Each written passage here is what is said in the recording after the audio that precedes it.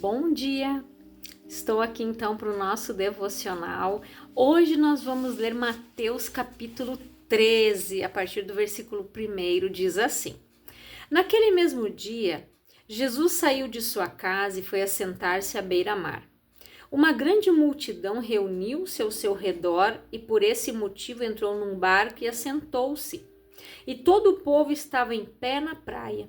Jesus ensinou-lhes então muitas coisas por meio de parábolas como esta. Eis que um semeador saiu a semear. Enquanto realizava a semeadura, parte dela caiu à beira do caminho, e vindo as aves, a devoraram. Outra parte caiu em terreno rochoso, onde havia uma fina camada de terra, e logo brotou, pois o solo não era profundo. Porém, quando veio o sol, as plantas se queimaram e por não terem raiz, secaram. Outra parte caiu entre os espinhos. Estes, ao crescer, sufocaram as plantas. Contudo, uma parte caiu em boa terra, produzindo generosa colheita, a 100, 60 e 30 por um. Aquele que tem ouvidos para ouvir, que ouça. Então, olha o que Jesus ele nos ensina aqui, através desta parábola. Se a gente for analisar aqui, o terreno é o nosso coração. Tudo vai depender da forma como ele está preparado. E esta semente, que é a palavra, ela vai germinar na vida de cada pessoa mediante a sua fé. Mediante aquilo que ela ouviu. Por quê? A palavra diz que a fé vem pelo ouvir e o ouvir pela palavra de Deus. Então eu preciso ouvir a palavra, eu preciso me alimentar da palavra para que eu tenha uma base, né? Onde Jesus ele disse ali, quando ele comparou os homens como aquele que edificou a sua casa na rocha e aquele que edificou a sua casa na areia. Aquele que edificou na rocha, Jesus disse que ele era prudente. O outro foi um insensato que fez a sua casa na areia. Então, aquele que fez a sua casa na rocha teve uma base, uma estrutura que bateu ventos, veio tempestades, ela não desmoronou. Mas aquele que fez na areia, a casa sucumbiu. Então, assim é a nossa fé. Eu quero ler com você um estudo que eu estava fazendo aqui no livro que eu estou lendo, aonde fala sobre a fé. E ele diz aqui, ó, existem 3 categorias de pessoas de fé. Então, aqui são as entusiasmadas, são aquelas que estiveram onde a palavra foi pregada, são apanhadas pela inspiração do momento e estão estimuladas. Puxa, irmão, elas têm a fé da possibilidade entusiasmada, nunca reconhecem os fatos, tampouco os verdadeiros. Tais pessoas de fé entusiasmada ficarão animadas da próxima vez que você encontrá-las, mas não estarão conseguindo coisa alguma. Correm para o buraco do lado esquerdo da estrada. Ou seja, quando eu estava lendo aqui, o Espírito Santo me trouxe a palavra da parábola do semeador. Por quê? São os diferentes tipos de solo. O solo que recebe a palavra. A entusiasmada é aquela que recebeu com alegria ali, só que logo vieram as aves dos céus, os demônios, e comeram a semente, recolheram aquilo que foi colocado no coração dela. É aquela pessoa que ela muitas vezes ela se torna aquela inconstante. Ela ora, ela crê, daqui a pouco não mais. Tem as indecisas, elas falam. A Bíblia diz que estou restabelecido, mas eu não sei. Ainda dói, penso que não estou curado. Uma hora fazem uma confissão de fé e a seguir são traídas por suas próprias palavras. Baseiam-se no próprio entendimento. Provérbios 3:5, na parte B, do versículo diz assim: não te estribes no teu próprio entendimento. Elas correm para o buraco do lado direito da estrada, reconhecem os fatos até demais, ou seja, aquela pessoa indecisa é aquela aonde o diabo vai conseguir colocar a dúvida. Por quê? Você orou por cura. Amém. Você precisa confessar que você está curado, que pelas feridas de Jesus você já foi curado, que pelas suas pisaduras, né? Ele levou tudo sobre si, que sobre as suas pisaduras nós fomos sarados, que o castigo que nos trouxe a paz estava sobre ele. Então, se eu declarei isso, eu tenho que me manter firme. Jó disse: determinando tu algum negócio, ser-te-á firme e a luz brilhará no teu caminho. Só que na vida das pessoas indecisas, a luz não brilha. O milagre não acontece. E não é porque Deus é ruim, não. É por causa da indecisão, da inconstância, da dúvida que Satanás coloca. Desce e ela fala. Quando o diabo consegue que aquele sintoma persista, ele faz com que ela declara: tá doendo, acho que eu não fui curada, não foi dessa vez, a oração lá não deu certo. A pessoa fala isso. Mas quando ela tem a certeza de que ela foi curada, ela permanece firme. Eu já falei aqui em devocionais anteriores, quando eu era obreira, né, numa igreja lá em Lajeado, alguns anos atrás, eu tinha, né, a gente chegava na igreja, eu tinha a chave, então eu chegava um pouquinho antes, a gente verificava os banheiros antes de abrir a porta lá da frente, via se estava tudo ok, se tinha papel toalha, enfim, né, a gente fazia aquele check-up. E eu lembro que quando eu estava subindo as escadas, vindo do banheiro, me deu uma fisgada no joelho, assim, mas eu não tinha nada. Tá? E eu orei e disse, em nome de Jesus, aqui você não tem lugar. Aqui você não tem vez não, Satanás, porque esse espírito de enfermidade não me pertence. Passou. Quando eu fui subir as escadas novamente, para ir até a sala dos obreiros, veio aquilo de novo. Eu disse, então tá bom. Fui lá, peguei um óleo ungido, ungi o meu joelho e eu disse, em nome de Jesus, aqui você não tem vez. Espírito de enfermidade, investida do inferno, aqui não. Porque Jesus já me curou e aqui você não tem lugar.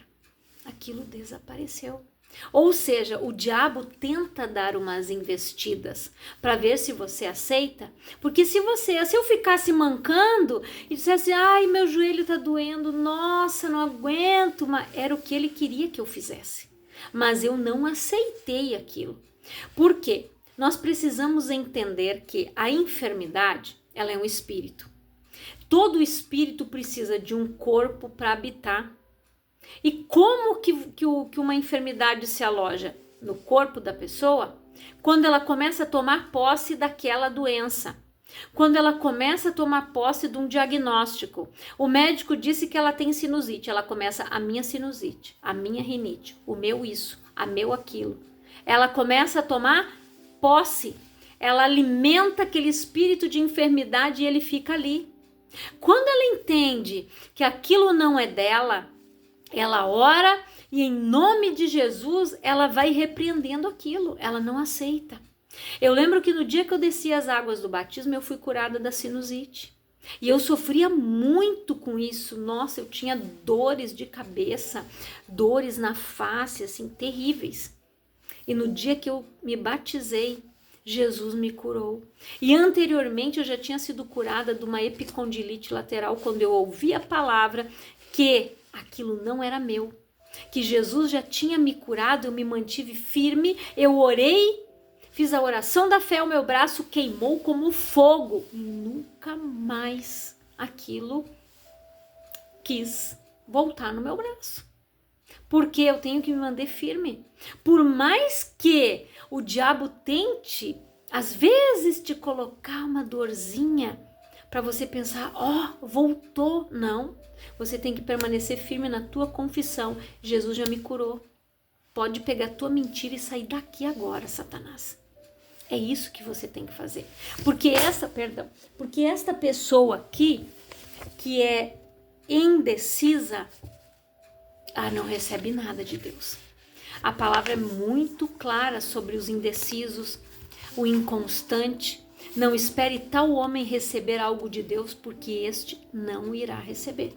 E tem as pessoas de confissão positiva. Estas são as pessoas que usam a sua fé da possibilidade, como eu já preguei aqui, já falei aqui num devocional anterior, que é a fé da possibilidade, do que é possível, daquilo que Deus vai fazer. E esta sim é a nossa fé real, a fé da possibilidade, que eu sei que eu sirvo um Deus que é capaz de todas as coisas, Ele é o Deus do impossível. Ela se mantém no meio da estrada. Um homem no meio da estrada dirá: bendito seja Deus. Os livros dizem que nós estamos no vermelho. No entanto, armado com os fatos maiores da palavra de Deus, você faz a tua confissão na palavra de Deus e ela diz que Deus suprirá todas as suas necessidades, todas as minhas necessidades, as suas. Então, eu confesso que o livro contábil totalizará no preto, não no vermelho. Eu preciso olhar com os olhos da fé. O meu corpo dói, isso é um fato, não posso negar. Contudo, minha Bíblia declara que pelas suas pisaduras fomos sarados, Isaías 53:5. E quando tudo for dito e feito, a dor irá embora, a doença desaparecerá e você vai ficar bem. Esse indivíduo reconhece que o problema existe, mas ele toma a sua fé da possibilidade, aplica em suas necessidades e consegue resultados. Esta é a fé real, a fé da possibilidade, a fé que ela olha com os olhos da fé e ela sente, ela sabe que aquilo que ela pediu crendo, Jesus disse que tudo aquilo que nós pedirmos orando, crendo, recebereis. Esta é a fé da possibilidade. Aquilo que eu pedir em oração, crendo, eu vou receber. Esta é a palavra que cria raiz, que tem base. Não é esse povo aqui, que a terra, que a semente caiu em terreno rochoso, onde havia uma fina camada de terra e logo brotou, pois o solo não era profundo, ela brotou rapidinho. Porém, quando veio o sol, as plantas se queimaram, por quê? Porque elas não tinham raiz, elas secaram. Quando nós não temos as nossas raízes firmadas na palavra, a videira verdadeira é Jesus. Nós somos os ramos, nós devemos estar ligados à videira, enraizados nela para que nós possamos dar frutos. E nós precisamos nos alimentar da seiva que Jesus nos dá, que é a palavra, é o pão, é o verdadeiro alimento. É Ele que te dá a base sólida para que você resista no dia mau. Porque o dia mau vem para todos, vem para o ímpio, vem para o justo, vem para o cristão, vem para o não cristão. O dia mau vem para todos, assim como o sol nasce para todos, assim como a chuva vem para todos, da mesma forma. Todas as pessoas vão enfrentar problemas, tribulações. Jesus disse: no mundo tereis aflições, tende o bom ânimo, eu venci o mundo. Então Jesus não disse para nós que tudo seria um mar de rosas, não seria. Nós precisamos crer. Como eu falei no devocional anterior, o povo saiu do Egito com uma promessa de que eles iriam para uma terra que manava leite e mel. Mas eles tiveram que lutar para conquistar a sua terra, aquilo que Deus prometeu. Então você precisa entender que nós estamos em batalhas constantes, lutas, guerreando o tempo todo. E a nossa luta não é contra a carne e o sangue, a nossa luta são contra hostes, principados da maldade em lugares celestiais, príncipes deste século, contra demônios, contra principados que não querem perder a legalidade que eles têm na mão contra a sua vida, contra a sua família, contra a sua descendência, porque eles sabem que Deus visita a iniquidade até a terceira, a quarta geração. Você acha que o diabo vai querer que você se aprofunde nas escrituras, que você tenha conhecimento pleno da verdade, que você venha orar para que a sua família seja liberta de uma maldição hereditária? Não vai. O diabo quer que você vive no ocultismo, que você viva no conformismo. Tá bom, tá bom. E se ele conseguir colocar dúvidas, para ele melhor ainda, porque daí você não recebe nada. Quando ele consegue fazer com que você deixe de ter uma fé perseverante e se torne inconstante, ele atinge o objetivo dele. Porque o inconstante não recebe nada de Deus. Aquele que é... A Bíblia o assemelha como uma onda do mar que é lançada de um lado para o outro. A pessoa que é inconstante, ela é assim. Uma hora ela declara uma coisa, daqui a pouco ela já volta atrás. Não era bem assim. Esta pessoa, a palavra é bem clara, não espere tal homem receber algo de Deus, porque não vai receber. E é isso que Satanás quer. Por que Deus diz na sua palavra: o meu povo perece por falta de conhecimento? Porque Satanás não quer que você tenha esse conhecimento. Ele não quer que você ouça a palavra, que você medite nas escrituras, que você leia um livro para que você venha ter a sua mente aberta, transformada, edificada. Ele quer que você fique ali no teu mundinho, no teu conformismo. Vou numa célula, vou na igreja, fiz a minha parte, beleza. Não, mas Deus quer que você faça mais. Deus quer que você vá além. Deus quer comunhão. Deus quer que você se consagre. Deus quer que você seja cada dia mais cheio do Espírito, cheio da palavra, cheio da presença. Deus quer que você viva o plano melhor que Ele tem, os pensamentos mais altos do que os nossos, que você viva o propósito que Ele criou para cada um de nós. Deus deu dons e talentos para cada um. E tem pessoas que enterram, como a parábola, né, dos talentos. Aquele que recebeu um foi lá e enterrou. O que recebeu 2 multiplicou, o que recebeu 5 multiplicou. E quando o Senhor chegou, aquele que tinha 5 entregou 10, o que tinha 2, né, entregou 4, e o que tinha 1 não entregou nada, ele enterrou. E a palavra diz: servo mau e negligente. Quantas pessoas são assim? Vivem longe do propósito, não vivem o plano de Deus, estão longe disso por escolha própria, porque enterram o talento, porque são conformadas, porque vivem da forma como o diabo quer que elas vivam, com uma mente atrofiada assim. Tem pessoas que não alargam os seus conhecimentos, que não compram um livro, que não investem numa Bíblia, que não meditam, que não refletem nas escrituras, e isso é necessário. Olha os solos que nós vimos aqui, olha os tipos de fé que nós vimos aqui: as entusiasmadas, as indecisas e as de confissão positiva. Em qual você se enquadra? Em qual delas você está? Então, é palavra, gente, para nós nos analisarmos, para nós vermos em que tipo de solo a palavra está sendo enxertada em nós. Paulo disse: a palavra em vós enxertada. Você sabe o que é um enxerto? É quando, aqui, pelo que eu conheço de enxerto, você compra uma planta, né? Uma árvore de laranja, por exemplo, uma laranjeira. Eu comprei numa floricultura.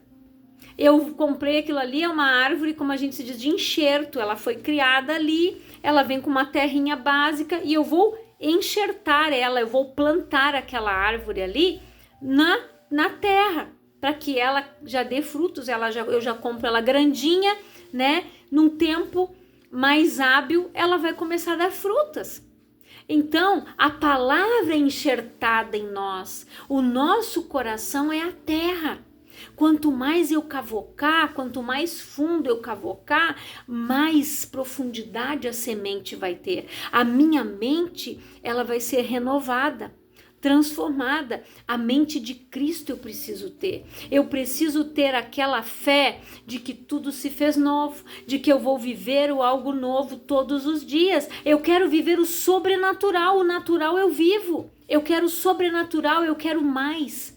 Eu quero mais de Deus, eu quero conhecer mais a Deus. A palavra diz: conheçamos e prossigamos em conhecer ao Senhor. Tem pessoas que param, tem pessoas que estabilizam. Elas acham que por estarem tantos anos já na fé, elas já sabem tudo. Elas não precisam aprender mais. Gente, a gente nunca sabe nada. A gente sabe isso aqui, ó. Quando a gente lê um livro, quando a gente começa a meditar na Escritura, aquele entendimento que o Espírito Santo deu para aquele pastor, para aquele escritor, sobre um versículo, aquilo abre o nosso entendimento, abre a nossa visão, amplia. É isso que Deus quer que nós façamos. Então, que você busque mais, ore mais, invista na tua vida espiritual, compre uma Bíblia de estudos, compre um livro para você ler, livros ótimos do Kenneth Hagin, da Joyce Meyer, tem tantos escritores maravilhosos ali, né, que Deus inspirou, deixou palavras ali de cura, de prosperidade, de tantas coisas. Nossa, eu já li tanto livro e volta e meia assim, ó, eu preciso ir lá pegar, ler de novo, porque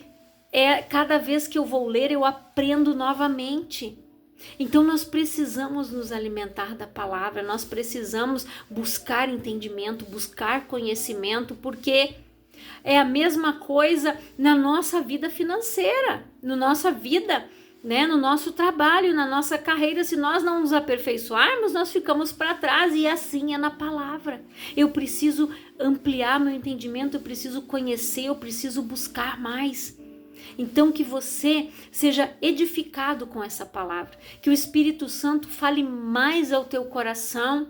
Eu quero orar por você, Pai, em nome de Jesus. Eu oro por todas as pessoas que estão ouvindo esta palavra, Pai, que elas sejam cada dia mais edificadas, abençoadas, que elas tenham a sua mente renovada, transformada, e que elas tenham esse desejo no coração, Pai, de te conhecer e prosseguir em te conhecer, em te buscar todos os dias, de orar, de meditar, de tirar um momento, Pai, para um devocional, para ouvir aquilo que o Espírito Santo tem a falar, Pai, ao coração de cada uma delas, Pai. E em nome de Jesus, que o Senhor venha abençoar, Pai, cada pedido de oração que os irmãos e as irmãs têm deixado aqui no canal, que o Senhor possa operar um milagre na vida deles, Pai, seja na vida sentimental, espiritual, financeira, familiar, que o Senhor venha abençoar, que o Senhor venha prover um milagre, Pai, na vida de cada um deles, em nome de Jesus, Pai. Nós te agradecemos, Senhor, por tudo que o Senhor tem feito na nossa nação, pela tua bênção, por o Senhor cuidar de nós, Pai, em nome de Jesus. Que Deus abençoe a tua vida grandiosamente, em nome de Jesus.